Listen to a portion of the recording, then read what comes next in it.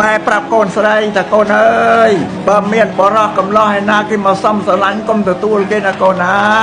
កុំទាំងទទួលគេទៅតឹងទៅតេងហ្នឹងត្រូវឆ្លើយប្រាប់គេតែខ្ញុំមិនទាន់ហ៊ានទទួលបានទេប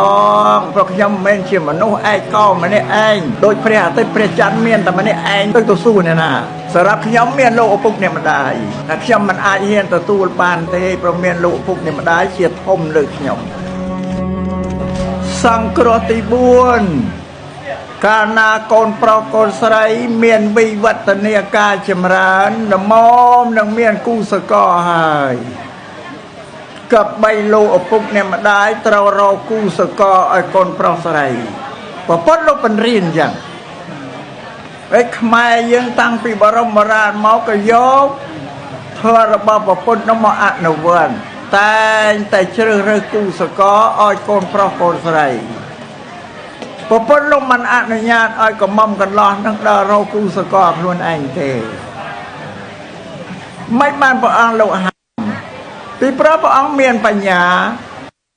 តែយុវវ័យមើលមិនគ្រប់ជ្រុងទេមើលតែមួយជ្រុងឲ្យតែឃើញរូបរាងមានពើសម្បល់ស្រស់ល្អរាងរូវល្អគាត់ចាត់សម្រេចថាយកជីវិតហើយមើលវាមិនគ្រប់ជ្រុងតែមានដាបេដាលោកមើលគ្រប់ជ្រុងមើលសម័យខ្លួននឹងច្បាស់លើហើយលោកសម្លឹងទៅពូជពងវងត្រកូលទៀតឃើញទេលោកមើលសពគ្រប់ចឹងបានប្រពុតលោកមិនអនុញ្ញាតឲ្យយុវវ័យកុំកន្លោះដល់រកគូសកលខ្លួនឯងទេកុំកន្លោះដល់រកគូសកលខ្លួនឯងនេះវប្បធម៌របស់បច្ចិមប្រទេសទេអ្នកបច្ចិមប្រទេសទេនៅអឺរ៉ុបនៅអាមេរិកទេតែយើងអត់មានទេតែឥឡូវវប្បធម៌របស់បច្ចិមប្រទេសគ្របដណ្ដប់មកលើយើងនឹងហើយកំពុង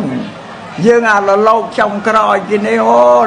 កធំក្រៃលេងហើយពោវលឹះអាម្ចាស់ដើមគេទៅទៀតអានឹងរឿងមួយ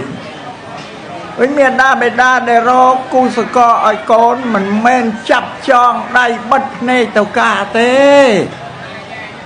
តាមពេលទៅលោកពុកអ្នកម្ដាយតែកូនពេញវ័យហើយគាត់សម្លឹងមើលឲ្យជុំវិញមានកូនណាចៅណាគេសំរុំពូជពងវត្តក៏សម្លឹងទុំចឹងដល់ពេលហ្នឹងគាត់ប្រាប់កូនថាកូនអើយម៉ែពុកឃើញកូនហ្នឹងគេសំរុំពូជពងគេល្អជាងអត់ប្រាប់កូនចឹងកូនទៅមើលមក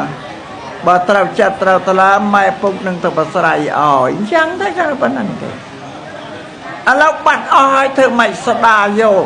វប្បធម៌ពុទ្ធសាសនានឹងឲ្យកើតឡើងវិញ